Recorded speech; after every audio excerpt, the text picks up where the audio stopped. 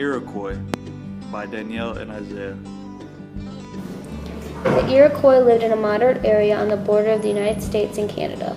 Their common homeland were in the northern east part of North America in the areas of New York, Quebec, Ontario, Oklahoma, North Carolina, and all around the Great Lakes. Longhouses took care of most temperature conditions. Longhouses had doors on each end of the house. The houses were covered in animal skins during the winter seasons to keep the cold air out.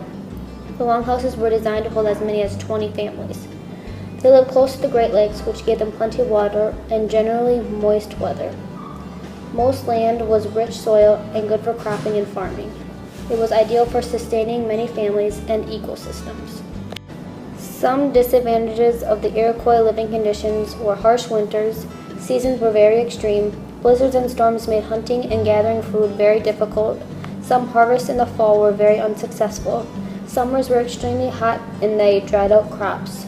Some lands in the northwest were rocky and rough, which made it hard to grow crops too, and lands in the south were very dry. In Iroquois society, women held a special role.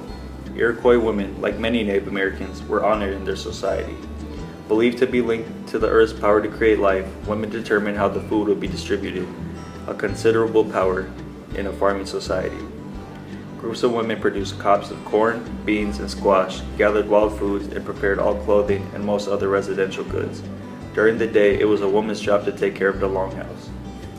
Groups of men built houses, fished, hunted, and engaged in military activities. Warfare was important in Iroquois society, and for men, self-respect depended upon achieving personal glory in war actions. From a young age, boys were taught to be brave and refuse fear and pain.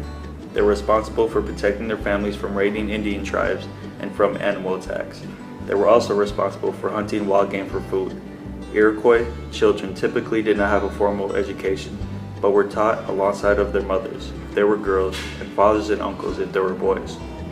Iroquois speakers were fond of meetings, spending considerable time in council. Council attendance was determined by locality, sex, age, and the specific question at hand. Each council had its own protocol and devices for gaining consensus, which was the primary mode of decision-making. The Iroquois spoke in 5 different languages due to the union of the 5 nations, such as the Mohawk, Oneida, Onondaga, Cayuga, and Seneca nations. The language had helped with the development of their settlements and the tribes to communicate to have better understandings. Without the invention of the League, the 5 Iroquoian tribes would have never been successful in terms of communication. The Iroquois believed that the Great Spirit indirectly guided the lives of ordinary people. Opposing the Great Spirit and other forces of good were evil spirit and other lesser spirits responsible for disease and other misfortune. Elders often gave more formal instruction on religion to the children. Elders would teach the children through stories. When a child was misbehaving, they were told a story with the moral they needed to hear. There were many aspects of the Iroquois economy. They traded with many other native groups. Clay pipes were an important trade item that reached over native groups all along the east coast of North America. It was based on communal production and hunter-gatherer systems. They often paid for items in furs. This system was characterized by such components as communal land ownership, division of labor by gender, and trade mostly based on gift economies. Contact with Europeans in the early 1600s had a profound impact on the economy of the Iroquois.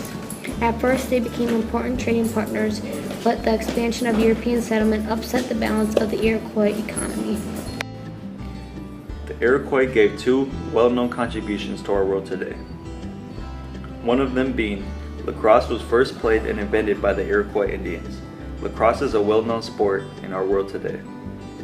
The second being, historical evidence indicates that the Iroquois had a significant role in the development of democratic principles in North America, and the ideas and concepts of the Iroquois form of government influenced the thinking of Benjamin Franklin, who was instrumental in the development of the American Constitution.